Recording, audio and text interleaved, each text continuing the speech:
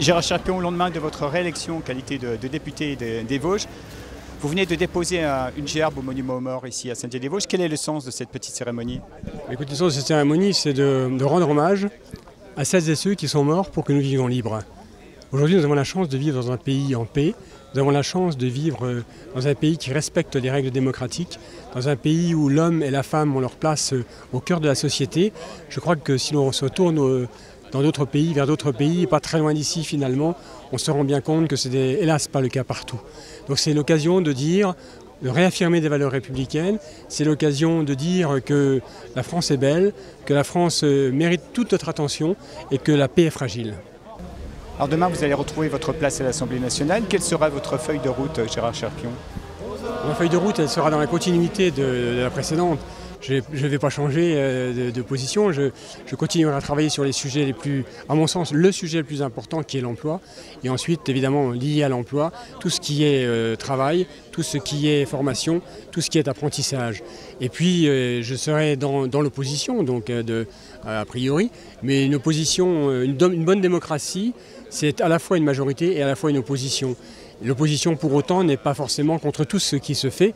Et je peux vous dire que je ne serai pas systématiquement contre parce que je serai dans l'opposition, mais je prendrai véritablement en compte les valeurs qui sont les miennes, les valeurs qui sont celles des mouvements que je représente, mais aussi avec une écoute et une attention particulière pour que ce quinquennat soit un quinquennat gagnant.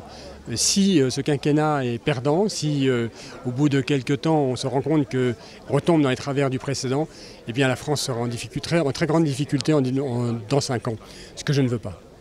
Un mot encore, Gérard Cherpion, sur cette campagne des législatives que vous avez menée avec David Valence. Comment ça s'est passé? C'était particulièrement dur cette année? Bon, écoutez, c'est particulièrement dur, non, on ne va pas dire que c'est particulièrement dur, mais avec David, je pense que nous avons formé un tandem tout à fait intéressant, avec une complémentarité. Je crois que c'était aussi, nous étions les deux seuls candidats à connaître la totalité de la circonscription. Lui par l'agglo de Saint-Dié et puis le canton de Bruyères dont il est originaire. Et moi par le travail que je fais depuis déjà maintenant longtemps sur ce secteur. J'ajoute que bien que n'appartenant pas au même parti politique, et c'était là aussi une singularité de ce tandem, eh bien que n'appartenant pas au même parti politique, nous avons toujours été d'accord sur les grands sujets, les grands principes. Et il n'y avait pas de raison que ça se passe autrement que bien, et ça a été le cas.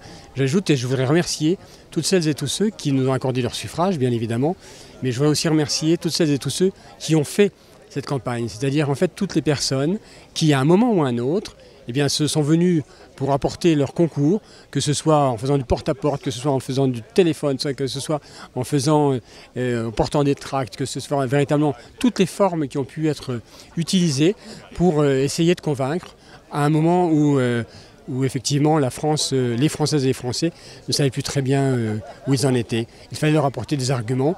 Je pense que nous avons réussi à le faire et je m'en réjouis.